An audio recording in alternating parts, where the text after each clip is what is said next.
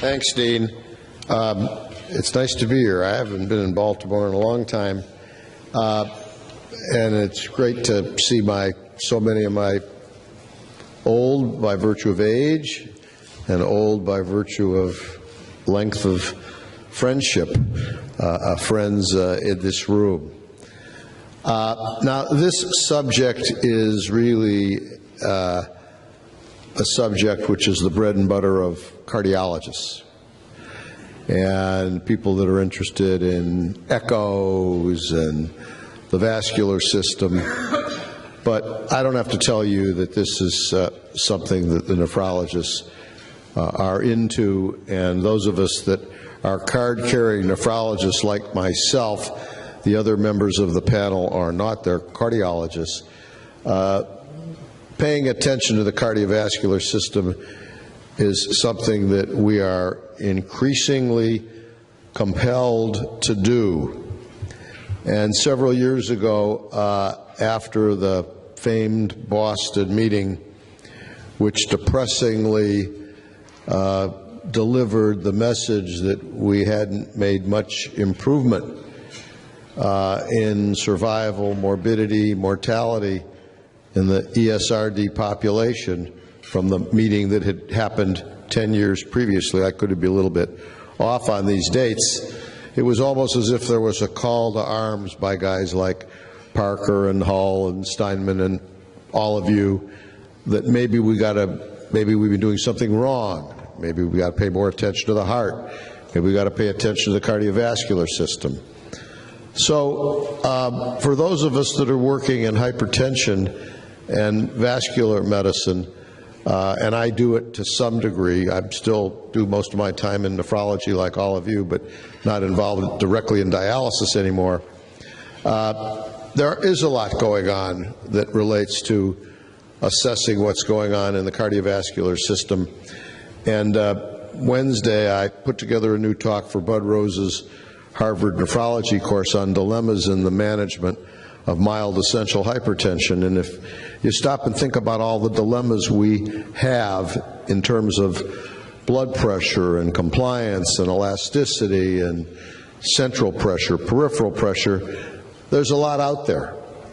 And it is conceivable that one of the possible reasons as a hypothesis that our improvements have lagged behind years of treatment of ESRD is because we may or may not be paying attention to the right things in the vascular system. So I'm sort of saying that as an introductory comment as to what I'm doing here. And, you know, I'm a nephrologist like all of you, and I'm just as frustrated as you are as to why things haven't improved a lot over the last 10 to 20 years. So I'm going to move from qualitative to quantitative blood pressure measurement, the evolution of blood pressure management, new technologies in blood pressure management, then move to the possible added value in central blood pressure and mining the waveform concept, make a few comments about the evidence, and then talk briefly about central blood pressure and waveform analysis methodologies, then turn the rest of the program over to people who know more about this than I do. We do this in our Department of Nephrology and Hypertension, and we are measuring central pressure. We are doing pulse wave velocity. The big hypertension centers are doing a lot of this stuff. And the question is, should nephrologists, should people involved in ESRD, should people in the dialysis units be thinking more about these other technologies to assess the cardiovascular system, because our patients are all dying from bad cardiovascular outcomes. So this little bit of history here I found very interesting as as I got this set of slides. The first clinical uses of non-invasive blood pressure measurement focused on the qualitative assessment of the pulse. And the sphygmograph was developed initially by someone by the name of Mare. I'm sure there are medical historians in this room that know more about this than I do. In 1863, it used a series of levers to record the radial pulse. Dudgeon's sphygmograph from 1876 is shown below, and the recordings were used to assess and diagnose a variety of diseases, even the effects of drugs such as nitroglycerin. We might remember some of this from the cardiology teaching sessions in medical school. You see on your left the code terms for the pulse patterns given here and numbered 1, 2, 3, 4, 5, 6, 7, 8, 9, and 10. 9 and 10 are not dropped off here. But the first one is the appearance of a normal, healthy pulse. The second one is a feeble pulse of weak age or dying. The third is senile pulse pressure, heart failure. The fourth, even I remember this from medical school, the hard, wiry pulse of rheumatic fever. I'm looking around the old guys in the room that, you probably had some professors that were 70 years old that didn't use a stethoscope, put the ear to the chest, put the ear to the bare back. They were very good at all this sort of stuff. It always sort of turned me on in physical diagnosis when I was a medical student. Then the hard, long pulse of hypertrophy of the left ventricle with left ventricular dilatation, the so-called soft pulse of irritable fever, nervous excitement, and mitral valve and aortic valve disease. Well, in 1896, Scipione Riva Rocci, an Italian internist and pediatrician, improved on earlier designs to make the first easy-to-use sphygmomanometer, a pulse pressure meter, and the components of this device can easily be recognized in the modern version. It looks sort of similar. And then in 1905 was the discovery of the Korotkov sounds, which allowed the determination of both systolic and diastolic pressures.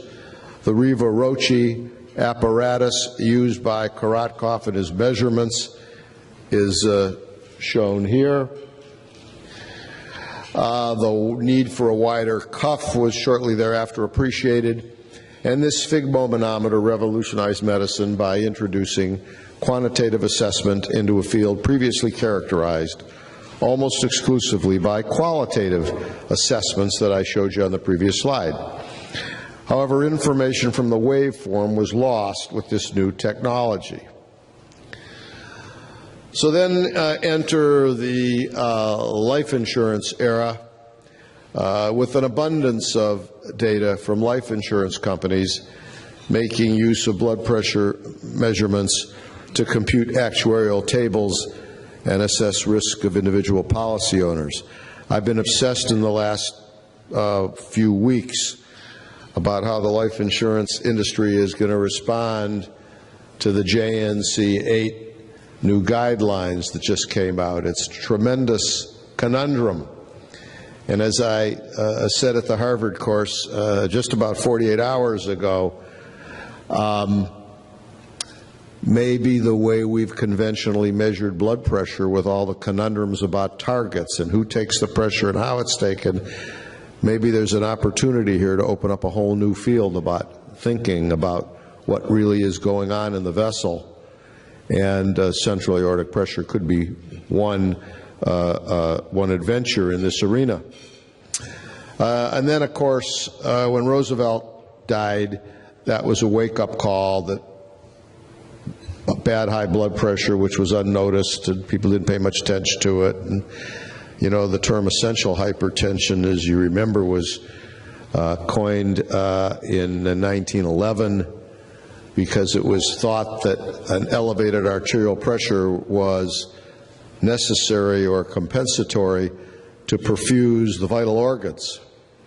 And it was thought well into the 50s that high blood pressure was needed to perfuse the vital organs. That's where the term essential hypertension comes from until it became apparent from anecdotes like this, and then the insurance data and the VA cooperative data, that maybe the high blood pressures that we thought was essential might be deleterious, and I don't have to tell anybody in this room all about that scenario. It wasn't until the 1990s in the Shep trial that the importance and prevalence of isolated systolic hypertension, then defined as a systolic more than 160 and a diastolic less than 90, the most recent JNC 7 definition, JNC 8 did not give any blood pressure definitions, of more than 140 and less than 90, was defined as isolated systolic hypertension in JNC 7 from 1993. But anyhow, this became a very important, very important concept. Even in progressive renal disease, progressive diabetic nephropathy, data from the Renal, the IDNT showed that all the progression regarding blood pressure relates to the systolic pressure and not the diastolic pressure. You all know that story. And you see in the red bars getting bigger and bigger and bigger with increasing age, so that the increasing numbers of people with hypertension over the years probably relates more to increasing age. And virtually all of that is tucked into increases in the systolic blood pressure. It's also seen in some young people, maybe 15%, but clearly for all my friends out there in the room, it's this red bar, which is difficult, and it's difficult to treat. And maybe we need to learn more about the cardiovascular system and blood vessels, central pressure, stiffness, elasticity, viscosity in this population of patients.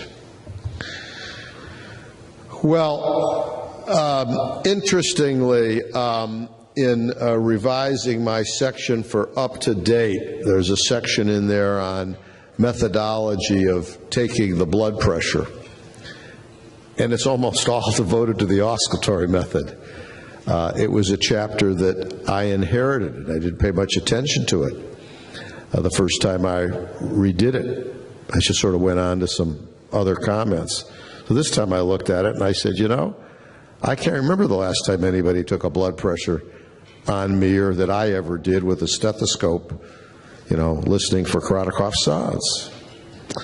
So even though we use this BP True machine, which I'll show you, and even though there's an Omron machine that, you know, the nurse is out of the room, all the other machines that you're using in your hospitals are oscillometric machines. And there's dozens of different kinds. Some are electronic, some are not electronic. They're, you know, you pull them up on the pole, you squeeze them up, you know, but they're oscillometric. No one's really putting a stethoscope on anymore. I asked our head nurse and I was so turned on by doing this as I was revising this chapter and thinking about this talk that I went around all the machines in our department. There are about 6 different oscillometric devices. And then I asked our nurses what their guess was at the Cleveland Clinic in all departments, how often the auscultatory method might be used. Yeah, maybe 10 to 15% of blood pressures taken throughout the whole institution, the family health centers, rely on the auscultatory method. So those things are pretty much a thing of the past. And it, as you all know, depended strongly on the skill and experience of the operator. And then in the 1970s, a new method evolved based on pressure oscillations in the deflating cuff, which allowed operator-independent detection of systolic, diastolic, and mean blood pressure. While the oscillometric method is most accurate in determining mean blood pressure, most devices today report only systolic and diastolic pressures as determined by proprietary algorithms. Now, you also are aware of this business of white coat or office hypertension. So automated or advanced oscillometric blood pressure monitors are now out there on the playing field. This is an example of one of them based on oscillometry form. Some devices, the one that we use, and the one that is used, by the way, exclusively at the Mayo Clinic and all of its satellites, the BP True machine, developed from a group in Vancouver a number of years ago, allows a measurement protocol in which an operator need not be present. This feature has been shown to reduce the white coat effect. Trust me, it's real, and it's seen in a whole lot of patients. In the SPRINT trial, which I suspect some of you were involved in, the automated oscillometric blood pressure monitor that is being used is an Omron, and the Omron takes 3 readings a minute apart. This one can take up to 6 readings a minute apart. The nurse puts the machine on and then leaves the room, and then the rest of the readings are taken automatically, and they're averaged, and at our place it's integrated into the electronic medical record. So no one is sitting there writing down every single number.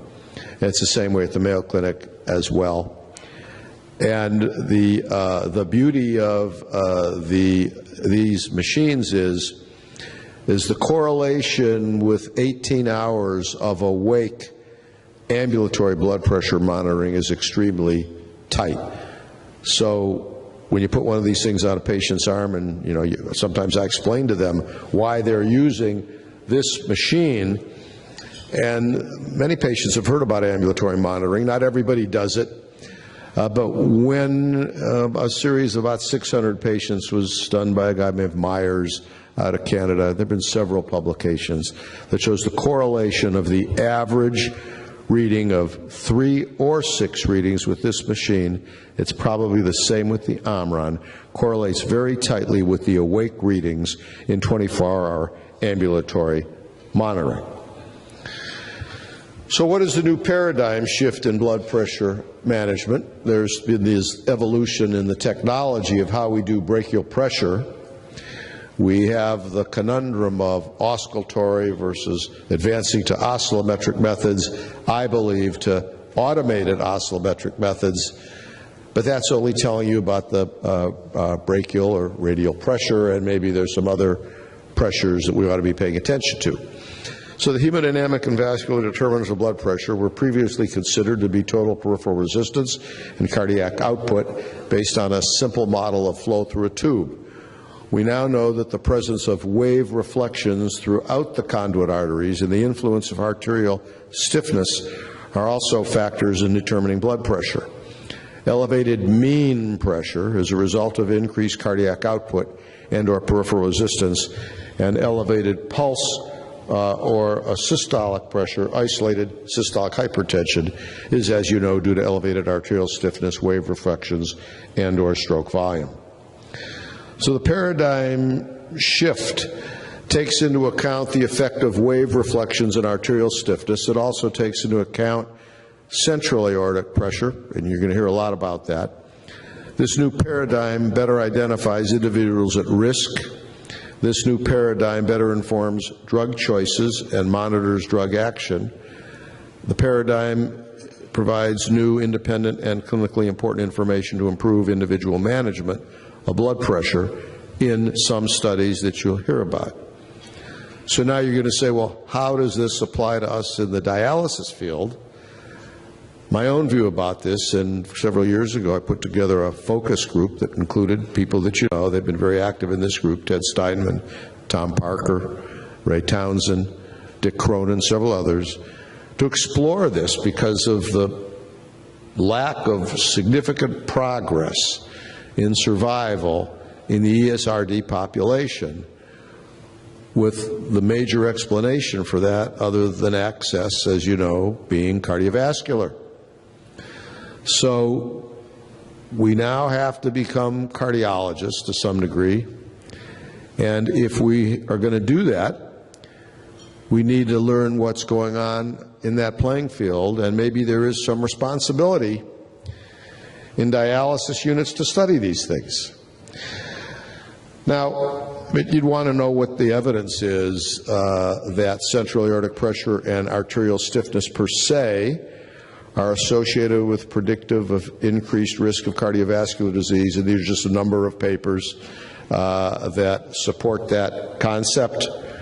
And arterial stiffness and pulse wave velocity are independently associated with and predictive of increased risk of cardiovascular disease, independent of a peripheral blood pressure.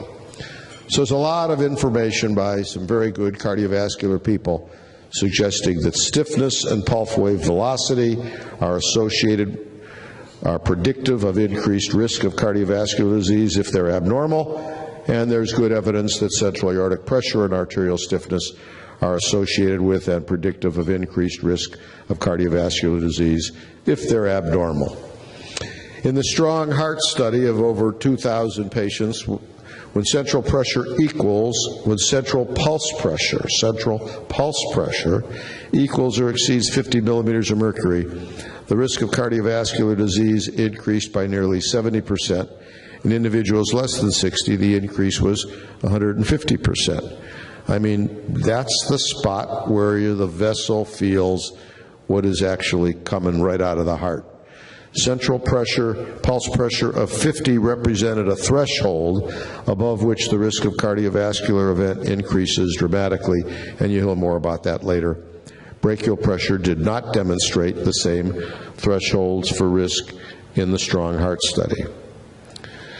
Boyson and about 1,000 patients reported that normal versus high normal brachial pressure did not distinguish those with or without end organ damage. When the same group was divided according to normal versus high normal central systolic pressure, the groups with and without such differences, damage could be identified. Saldani and a smaller cohort of individuals reported that those with low central systolic pressures were at significantly less risk of requiring antihypertensive medication later in life than those with high central pressure. The BP GUIDE study, published a year ago in hypertension, looked at 286 individuals with uncomplicated hypertension and low to moderate cardiovascular risk. Red is the usual care group based on peripheral pressure, and blue is the central blood pressure group. On the ordinate is the antihypertensive medication change from a baseline.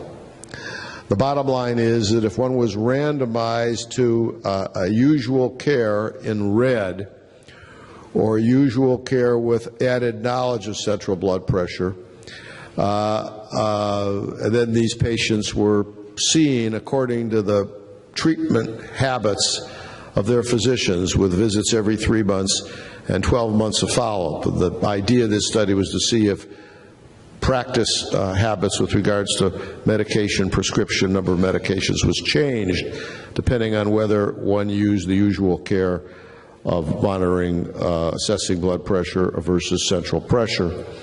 And again, red is usual care and blue is the central care. There were no differences between groups in left ventricular mass index, 24-hour AMBP, home systolic, or aortic stiffness measurements. And if the intervention strategies were based on central pressure, there was a cessation of medication in 16% of patients versus 2% of patients. The numbers are small, but statistically significant. Raise the question of whether or not guidance of hypertension management with central blood pressure, and you'll hear more about that, might result in different treatment strategies than if we based what we've always done on the peripheral blood pressure with the conventional cuff, oscillometric, or auscultatory methodology. And there were less medications used, probably because the pressures were lower, but there was no adverse effect of less medication during the duration of this study, and you'll hear more about that. This slide depicts the concepts of pulse pressure, augmentation pressure, the contribution of the reflected wave to the pulse pressure. These measures indicate the extent to which wave reflection and arterial stiffness contribute to elevated arterial pressure in a given individual. So this now brings us into the concept of aortic stiffness in and of itself. And vascular medicine people and cardiologists are all into augmentation pressure, pulse wave velocity. There's an abundant literature on this. At the ASH meeting in a couple months, I'm sure there'll be 50 papers that have to do with these other ways of assessing pressure within the cardiovascular system and stiffness of the vascular wall. And I wonder whether or not, since cardiovascular morbidity and mortality is rampant in the dialysis population, whether some of these abnormalities, other than the plain old peripheral blood pressure, which is what we all do, might be considered down the road. A number of devices are available to measure central aortic pressure. All measure a peripheral waveform, central pressure determined by transformation of the peripheral waveform or association of peripheral waveform, features with central pressure. There's one of these machines right here. It's light as a feather. There's nothing to it. You can take 5 blood pressure readings here, and they can be averaged, just like in the BP True machine or the Omron, and you get the central pressure as well. And that's about all I know about it, but you might go by the booth, which I always do at the hypertension and heart meetings, to learn what's out there, because as a nephrologist, we don't pay much attention to that. The SphygmoCor system that the ATCOR people have developed is the most widely used technology for measuring central pressure. It measures brachial artery pressure, usually a partially inflated cuff. The waveform is then transformed into the central aortic pressure waveform through a well-validated process, very well validated, developed by Michael O'Rourke in Australia many years ago, and analyzed to determine central aortic pressure and waveform features. So in summary, a combination of new technology and new understanding of hemodynamics and arterial mechanics have expanded the information available for blood pressure management beyond simply the systolic and diastolic values of blood pressure. New information that deserves analysis available for most non-invasive measurements of central aortic pressure waveform improves risk assessment, treatment selection, and the monitoring of the effect of the treatment. So our next speaker will discuss how this new paradigm includes new understanding of the differential effects of drugs on brachial and central blood pressure, and Dr. Chu from Louisville will discuss the use of this paradigm in actual clinical cardiovascular practice. Thanks very much.